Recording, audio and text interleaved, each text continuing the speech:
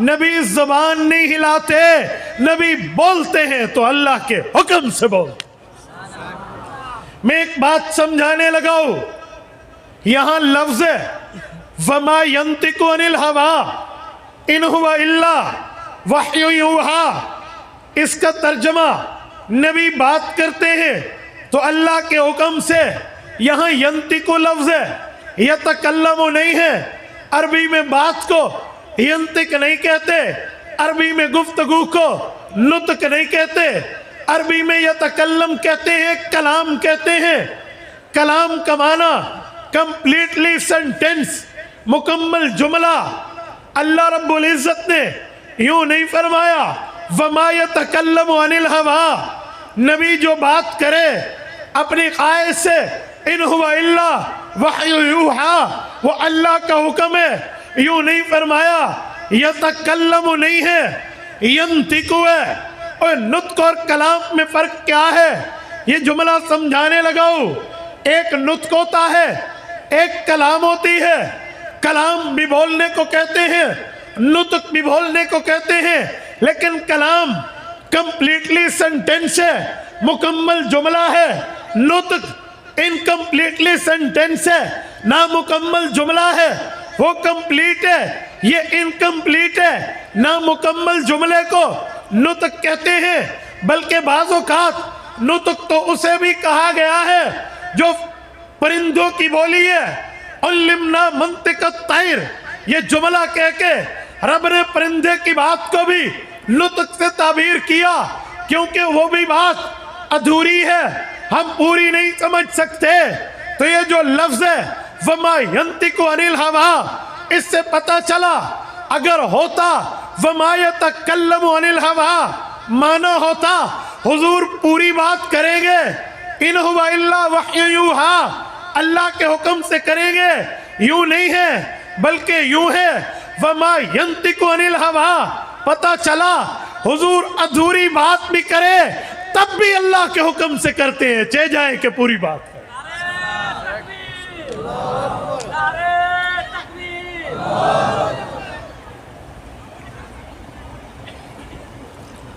کیا مطلب؟ یعنی پیغمبر کی ادھوری بات پر بھی اللہ کا پہرا، ادھوری بات پر بھی اللہ کی نگرانی۔ جب ادھوری بات نبی اللہ سے پوچھ کے کرتے ہیں تو پوری بات بطریقہ اولا پوچھ کے کرتے ہیں۔ اور سنیں، جب نبی پوری بات بطریقہ اولا پوچھ کے کرتے ہیں تو اسی لیے تو کہا جاتا ہے کہ گفتہ گفتہ اللہ بود گرچہ از حلقوم عبداللہ بود، کہ وہ فرمان پیغمبر، فرمان مصطفیٰ، فرمان خدا ہے، کیونکہ زبان حضور کی ہے، بولتا میرا اللہ ہے۔ اور میرے دوستو، میں ایک بات مزید سمجھانے لگا ہوں۔ حدیث پاک کی اہمیت یہ ہے، توجہ رکھنا، میرا یہ جملہ آخر تک سننا، ضائع نہ ہونے دینا۔ حدیث پاک کی اہمیت اور ویلیو یہ ہے کہ اگر کوئی بندہ یوں کہے کہ اللہ کی کتاب، اللہ کا کلام، اللہ کی بات کوئی مانے تو مؤمن، نہ مانے تو بے ایمان، کیا پیغمبر کی حدیث بھی اتنی اہمیت رکھتی ہے کہ کوئی مانے تو مؤمن، نہ مانے تو بے ایمان؟ میں نے کہا جی، اس سے بھی بڑھ کے دلیل پیش کرنے لگا ہوں۔ اللہ کا قرآن کہتا ہے وَأَغْرَقْنَا آلَ فِرْعَوْنَ وَأَنْتُمْ تَنْظُرُونَ، فرعون اور فرعونیوں کو ہم نے غرق کیا، براہ راست بنی اسرائیل نے دیکھا، پتہ چلا فرعون کافر، فرعون بے ایمان، فرعون دشمن، اللہ نے اس کو غرق کر دیا۔ سندھ کے غیوروں، میں پوچھتا ہوں فرعون کافر کیوں ہوا تھا؟ اس وقت کے نبی کون ہیں؟ حضرت موسیٰ علیہ السلام ہیں، ان پر کتاب اتری، جی اتری، اس کا نام کیا ہے؟ کہیں گے تورات۔ میں سوال کرنے لگا ہوں، کیا فرعون نے تورات دیکھی تھی؟ جی نہیں۔ یہ تو فرعون کے مرنے کے بعد اتری ہے.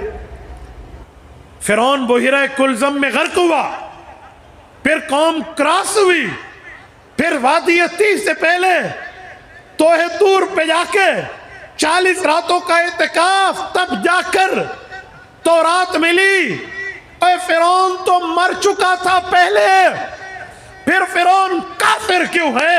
فرعون بے ایمان کیوں ہے؟ فرعون دشمن خدا کیوں ہے؟ اس نے تو خدا کی کتاب کو دیکھا ہی نہیں تھا. اس نے تو اللہ کی کتاب کو جب دیکھا نہیں تو انکار کیسے کیا؟ یا تو فرعون تورات دیکھتا، اس کے سامنے تورات پیش ہوتی، وہ پڑھتا، ریجیکٹ کر دیتا، ہم کہتے کافر ٹھہرا. پر فرعون نے تورات نہیں دیکھی. فرعون کے مرنے کے بعد اللہ کی کتاب اتری. فرعون کافر ہے، میں بھی مانتا ہوں. کوئی پوچھے کیوں؟ آج کے جلسے کے عنوان کا جواب دینے لگا. ایک ہی وجہ سے کافر ہے. کون سی؟ حدیث موسیٰ کا انکار کیا تھا.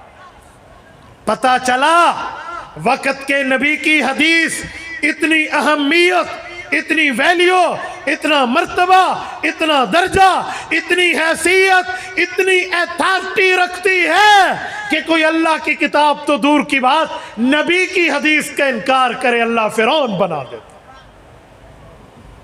میرے ساتھیوں، جب حدیث کی اتنی اہمیت ہے،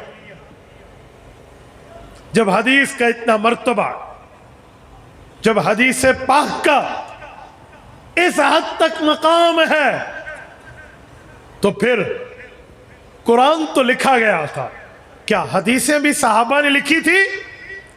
آؤ میں دلیل پیش کرنے لگا ہوں. توجہ ہے؟ جن کی توجہ نہیں ہے وہ ہاتھ کھڑا کریں ذرا. دیکھا اتنے بندوں نے ہاتھ کھڑا کر لیا. یہ میں گفتگو کر رہا ہوں اور اس وقت تاریخ تبدیل ہونے کے قریب ہے، تبھی کہتا ہوں جلدی آیا کرو، جلدی گفتگو کرو. پر میری قسمت، لوگ کہتے ہیں جی مہمان خصوصی رات 12 بجے بیان کریں گے، اس وقت مولانا مجمع ایسے سویا ہوتا ہے. اس لیے میں کہتا ہوں جلدی بندہ گفتگو کرے نا. اس وقت پتہ نہیں مہمان خصوصی کو پر کون سا ٹھپا ہے کہ رات 12 بجے بات کر لیں.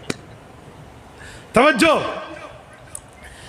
میں نے کہا حدیث پاک کی اتنی اہمیت ہے، حدیث کی اتنی ویلیو ہے، تو کیا حدیث بھی لکھی جاتی تھی؟ آؤ میں تمہیں حدیث کی سیر کرانے لگا ہوں. کھولیے سنن ابی داؤد جلد نمبر 2 کتاب العلم، باب کتابت العلم کھولیے. محدث جلیل حضرت امام سلیمان بن الاشعث السجستانی رحمہ اللہ سنن ابی داؤد میں حدیث پاک لائے ہیں. پیغمبر کے صحابی عبداللہ ابن عمرو ابن عاص رضی اللہ عنہما ارشاد فرماتے ہیں کل شیء اسمعہ من رسول اللہ اکتبہ. حضور پاک علیہ السلام کی جو حدیث سنتا اس کو لکھ لیتا، جو حدیث سنتا تحریر کرتا، جو بات سنتا اسے ضبط کتابت میں لا کے لکھ لیتا. فنہتنی قریش کے اجلہ صحابہ نے مجھے روکا اور مجھے کہا اتکتب کل شیء، اوہ ہر حدیث لکھتا ہے؟ میں نے کہا جی ہاں ہر حدیث لکھتا ہوں. انہوں نے کہا ورسول اللہ صلی اللہ علیہ وسلم بشر یتکلم فی الغضب والرضا، اوہ ہر چیز کیوں لکھتا ہے؟ حضور پاک کبھی بطور فطرت انسانی غصے میں بات کرتے ہیں تو وہ بھی لکھتا ہے، پیار میں بات کرتے ہیں وہ بھی لکھتا ہے، ہنسی میں بات کرتے ہیں وہ بھی لکھتا ہے، مزاح میں بات کرتے ہیں وہ بھی لکھتا ہے، ہم سے گپ شپ میں بات فرماتے ہیں وہ بھی لکھتا ہے. اور ہر چیز نہ لکھ. میں نے کہا پھر میں کیا کروں؟ انہوں نے کہا صرف مسئلے لکھ. مسئلے کہتے ہیں فَأَمْسَكْتُ عَنِ الْكِتَابِ، میں لکھنے سے رک گیا. فَذَكَرْتُ ذَلِكَ أَوْ قَالَ فَذُكِرَ ذَلِكَ لِلنَّبِيِّ کی صلی اللہ علیہ وسلم یہ بات حضور تک پہنچی کہ عبداللہ ابن عمرو ابن عاص پہلے حدیثیں لکھتا تھا، ہر حدیث لکھتا تھا، ہر فرمان لکھتا تھا، ہر قول لکھتا تھا، ہر بات لکھتا تھا، پھر اسے روک دیا گیا کہ کبھی غصے میں بولتے ہیں، کبھی پیار میں بولتے ہیں، کبھی مزاح میں بولتے ہیں، صرف مسئلے لکھ باقی کچھ نہ لکھ۔ حضور نے بلایا، عبداللہ آئے، فأوبا بأصبعیہ الی فی، انگلی اٹھائی منہ کی طرف لگائی، فرمایا اکتب فوالذی نفسی بیدہ ما یخرج منہ الا حق، ما یخرج منہ الا حق۔ عبداللہ حدیثیں لکھنا شروع کر دے اور پریشان نہ ہو کہ اس منہ سے کوئی غلط جملہ نکلے گا، نہیں نہیں جی نہیں، میرے اللہ کا پہرا، میرے اللہ کی نگرانی اس زبان پر ہے۔ محمدی زبان سے غصے میں بولوں، پیار میں بولوں، مذاق میں بولوں، ہنسی میں بولوں، یا مسئلہ بتاؤں، حق کی حق بتاتا ہوں۔